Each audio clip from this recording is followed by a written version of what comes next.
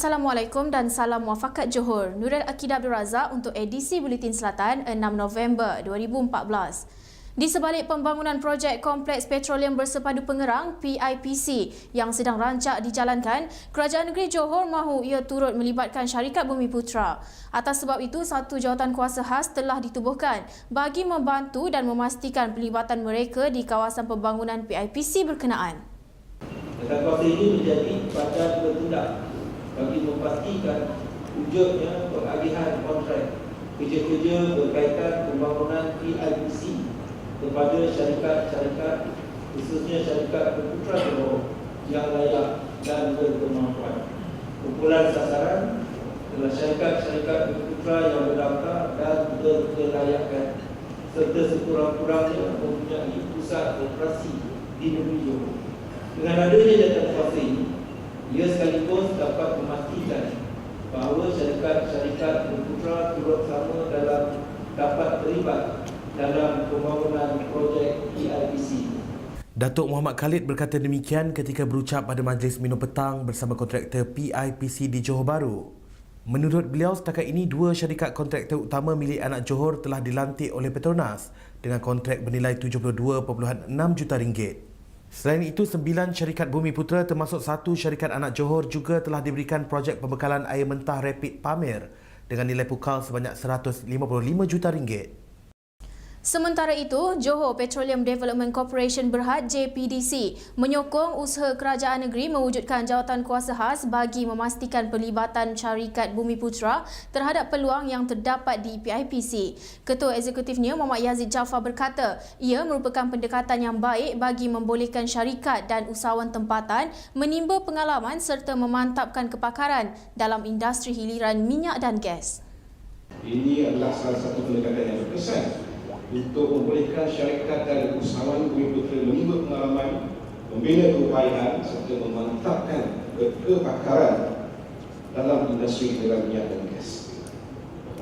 Ia juga turut berpotensi menghasilkan kesan dan ekonomi sama ada melalui kelahiran usahawan-usahawan baru atau penciptaan peluang-peluang pekerjaan yang berpendapatan tinggi untuk anak-anak penerang dan juga kawasan sekitar, termasuklah seluruh rakyat Johor. Dalam pada itu, rakyat Johor juga akan diberi keutamaan terhadap peluang pekerjaan dan perniagaan yang terdapat di kawasan projek Kompleks Petroleum Bersepadu Pengerang PIPC. Pengerusi Jawatan Kuasa Kejeraya Kemajuan Luar Bandar dan Wilayah Negeri, Datuk IR Hasni Muhammad berkata, peluang berkenaan akan diberikan terutamanya kepada penduduk Pengerang itu sendiri dan juga Kota Tinggi. Kita dalam masa yang sama memberi penekanan kepada usahawan-usahawan tempatan, maknanya daripada Kota Tinggi, daripada Pengerang. Sebab itu DO Kota Tinggi begitu berperanan dalam membantu usahawan-usahawan tempatan ni. Sebab masih lagi kadang-kadang saya terdengar ada pihak-pihak yang menyatakan bahawa mereka tidak diberi peluang, mereka tidak tahu ke mana nak merujuk untuk mendapatkan maklumat. Jadi pihak Kuala Daerah sendiri melalui pelbagai kaedah telah melaksanakan beberapa usaha untuk memastikan bahawa anak-anak tempatan mendapat peluang daripada apa yang berlaku di tempat mereka.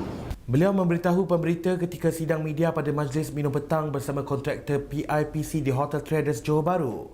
Tambah Datuk Hasni, peruntukan sebanyak 150 juta ringgit telah diagihkan kepada 9 kontraktor terpilih bagi projek pembekalan air mentah Rapid Pamir di Pengerang. Berita tempatan lain. Polis Diraja Malaysia PDRM berjaya menupaskan satu sindiket pengedaran dadah antarabangsa bernilai 5.2 juta ringgit. Ia susulan penahanan 2 rakyat tempatan dan seorang lelaki warga Singapura dalam 3 serbuan berbeza yang dijalankan di sekitar Bandaraya Johor Bahru. Menurut Pengarah Jabatan Siasatan Jenayah Narkotik Datuk Sri Nur Rashid Ibrahim, penangkapan ini membabitkan pasukan khas taktikal perisikan narkotik Sting dan Jabatan Siasatan Jenayah Narkotik Ibu Pejabat Polis Kontingen Johor dengan kerjasama Biro Narkotik Pusat Singapura CNB. Saya juga mengambil kesempatan ini untuk mengucapkan ribuan terima kasih kepada pihak Central Narcotic Bureau of Singapore ataupun CNB yang pengarahnya, direkturnya is with me, ya. Dan orang ramai atas maklumat yang diberikan. Ya, pihak polis percaya kejayaan ini adalah satu petanda baik bahawa pihak polis di Raja Malaysia bersama-sama dengan agensi dadah di negara yang berjiran dan juga agensi-agensi antarabangsa, kita akan sentiasa berusaha bekerjasama dalam tindakan mengesan